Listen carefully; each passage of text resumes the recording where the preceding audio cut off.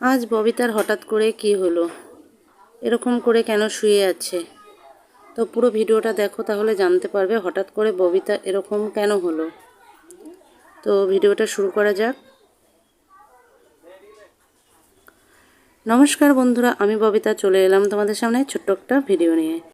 যারা ইউটিউব থেকে আমার ভিডিওটা দেখছো তারা অবশ্যই ইউটিউব চ্যানেলটা সাবস্ক্রাইব করো রেখো, আর যারা ফেসবুক পেজ থেকে আমার ভিডিওটা দেখছো তারা অবশ্যই ফেসবুক পেজটা ফলো করে রেখো, তাহলে এরকম নিত্য নতুন ভিডিও তোমাদের সামনে রোজই আসবে। তো সর্বপ্রথমে তোমরা দেখতে পাচ্ছ যে তোমাদের দাদাভাই সবজি কাটা শুরু করে দিয়েছে, আর এখানে চায়ের জন্য মুড়ি, বিস্কুট, চা সব কিছু নিয়ে আমরা বসে পড়েছি। আজকের মুড়িটা মাখা হবে চানাচুর দিয়ে, আর বাচ্চারা খাবে হচ্ছে হরলিক্স আর দুধ, মানে দুধ দিয়ে হরলিক্স খাবে আর কি। তো দাদাভাই মুড়ির জন্য পেঁয়াজ লঙ্কা কাটছে, আর দেখো আমি এখানে বসে আছি। তো আমার শরীরটা তোমরা দেখেই তো আমাকে দেখে বুঝতে পারছো আমার শরীরটা ভালো না। কিছুদিন থেকে আমার প্রচণ্ড জ্বর, তো জ্বর, মাথা ব্যথা, যার কারণে আমি মানে ঠিকমতো কাজকর্ম করতে পারছি না।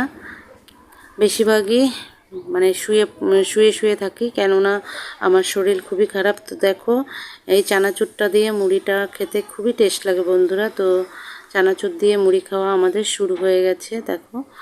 তো আমার শরীর কেন খারাপ সেটা তোমাদেরকে বলছি, কেননা আমার মানে শরীরে রক্তটা খুব কম থাকে। তো কিছুদিন পর পর যখনই আমার শরীরে রক্ত কমে যায় তখনই আমি প্রচণ্ড ক্লান্ত হয়ে পড়ি আর আমার জ্বর শুরু হয়ে যায়। তো আমি এখন আবার সবজি কাটতে বসছি। দেখো তোমার দাদাভাই আমার শরীর খারাপের জন্য এই বেলাটা দোকান খুলবে না, ও বিকালের দিকে দোকানে যাবে। তো দেখো আমি একটু করে কাজ করছি আর শুয়ে পড়ছি। বেশিক্ষণ বসেও থাকতে পারি না, আর হাঁটতেও ঠিকমতো পারি না, বেশিক্ষণ হাঁটলে হাঁপিয়ে যাই।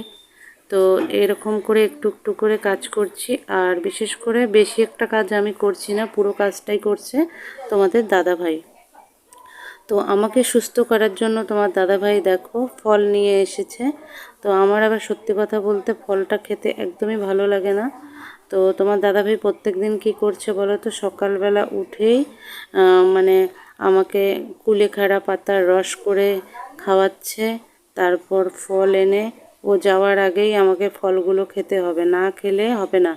তো ও কী করব, একটু একটু করে আমি ফলগুলো ছুলে নিচ্ছি, আর তোমার দাদাভাই ওখানে রান্না করছে, কেননা ওকে তো আবার দোকানটাও গিয়ে খুলতে হবে, যার কারণে ও তাড়াতাড়ি সব কিছু করছে। আর আমি দেখো যখনই একটু মানে রেস্ট নেওয়ার পরে যখনই একটু ভালো লাগছে উঠে আবার ফলগুলো ছুলছি, এদিকে টুকটাক একটু সবজি টবজি কেটে দিলাম।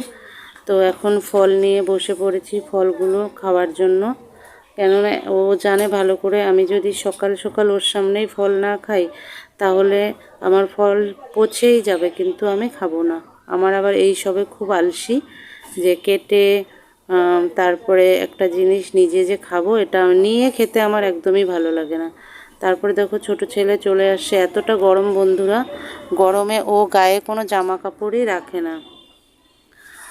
তো ওকে একটা মৌসুমি একটা ছুলে দেব, কেননা বাচ্চা মানুষ বুঝতেই পারছো ছুলে খেতে ওদের একটু অসুবিধাই হয়।